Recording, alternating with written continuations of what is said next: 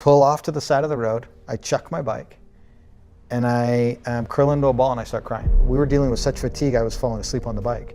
I had to figure out and concentrate so intently to not fall asleep on the bike.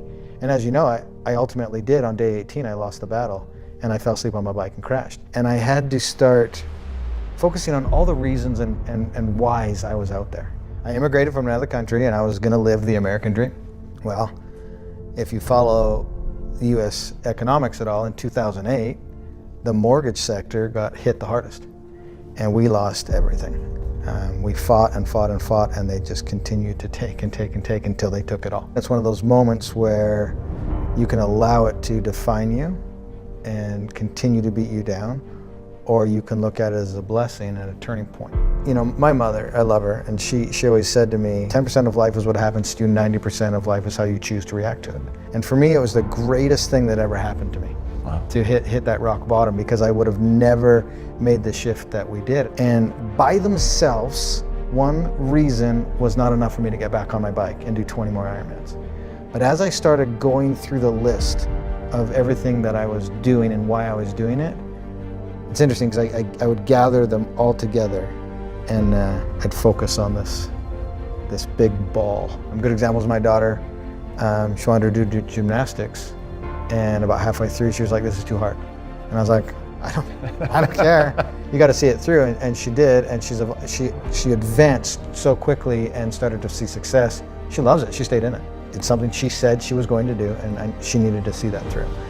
And that's one thing I'm really big on, is if you say you're going to do something, you do it. And that's just the example I try to set now. And I also believe that kids are a product of our environments. We're surrounded today by people being satisfied with mediocre. And if you want your kids to be excellent, you have to be excellent yourself. And so that was one of the things when I'm laying there on the side of the road at 30 with 20 Ironmans to go, I said, and I told my kids I would do this. And as soon as I focused on that, I started to experience a rebirth. Because now I was focusing on the very, very next moment that I had control over, and everything that I was trying to accomplish and why I was there. And this whole process was about 8 minutes. The whole thing, from complete meltdown to breaking all of the purposes and whys down to the realization, the rebirth, and getting back on and going. And it can happen that quick. We're moments away every day from a decision that's going to completely change our life. And I call this process, now looking back on it, both a rebirth and putting on my uniform, which was the alter ego. And my uniform was those yellow sunglasses you've seen me wear in some of my pictures. And when I put those glasses on, that's when the Iron Cowboy comes out. And that dude is a bad, bad man. And there's nothing that's going to get in his way. And I do a lot of speaking from stage now, and I want to encourage people to find whatever their uniform is, find whatever their alter ego is.